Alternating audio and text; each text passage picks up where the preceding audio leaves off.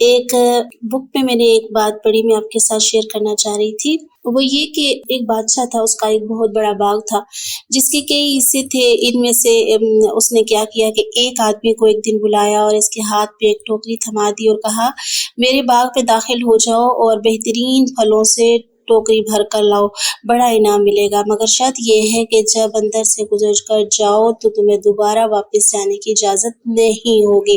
اس نے کہا چلو یہ تو کوئی بڑی بات نہیں، وہ ٹوکری لے کر چل پڑا۔ ایک طرف سے دروازے میں داخل ہوا اور اس نے اندر پھل دیکھے مگر پسند نہ آئے۔ اگلے درجے میں داخل ہوا، یہاں پھل پہلے سے بہتر تھے۔ پھر اگلے درجے میں داخل ہوا تو وہ اس سے بہتر تھے، اور اس نے اگلے والے درجے میں بہت ہی بہترین تھے۔ یہاں دل میں خیال آیا کہ اب تو میں پھل توڑ ہی لوں۔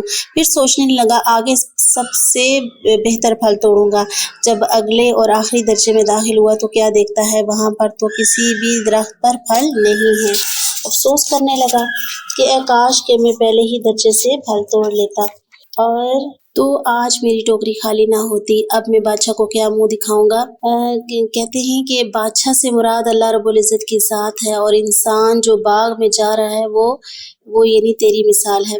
تیری مراد یعنی ہم انسانوں کی مثال ہے، اور ٹوکری سے مراد تیرا یعنی ہم سب کا نامہ اعمال ہے، اور باغ سے مراد ہماری زندگی ہے، اور اس کے مختلف حصے ہماری زندگی کے ہر دن کی مانند ہیں۔ اور اب ہمیں ہر دن میں نیکیوں کے پھل توڑنے کا حکم دیا گیا ہے، لیکن روز کچھ انسان سوچتے ہیں کہ کل نیک بن جائیں گے، یا ہم اپنے بارے میں اگر سوچیں تو کل یہ کام کر لیں گے، کل یہ پھل توڑ لیں گے، لیکن یا اگلے درجے میں توڑ دیں گے، یا ابھی بچپن ہے تو جوانی میں، تو جوانی ہے تو بڑھاپے میں، تو اگلا دن نہ آ سکے تو اگلے دن اگر اللہ کے حضور جانا پڑے تو اللہ تعالیٰ قرآن پاک میں فرماتے ہیں فَإِذَا جَاءَ أَجَلُهُمْ لَا يَسْتَأْخِرُونَ سَاعَةً وَلَا يَسْتَقْدِمُونَ کہ جس وقت ان کے میعاد کا وقت پورا ہو جاتا ہے، وقت آ جاتا ہے، تو اس وقت ایک ساتھ بھی پیچھے ہٹ کر نہیں انسان جا سکتا، اور نہ ہی وہ آگے بڑھ سکتا ہے،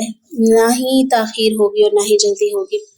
تو ساتھیوں، کہنے کا اتنی بڑی تمید باندھنے کا مطلب یہی ہے کہ ہماری زندگی کا کوئی پتہ نہیں ہے کہ سانس زندگی واپس باہر آتی ہے یا نہیں۔ ہمیں قرآن پاک کے طالب علم کے ساتھ زندگی گزارنی چاہیے۔ کسی نے کیا خوب کہا، یا پڑھنے سیکھنے والے بنو یا سکھانے والے بنو۔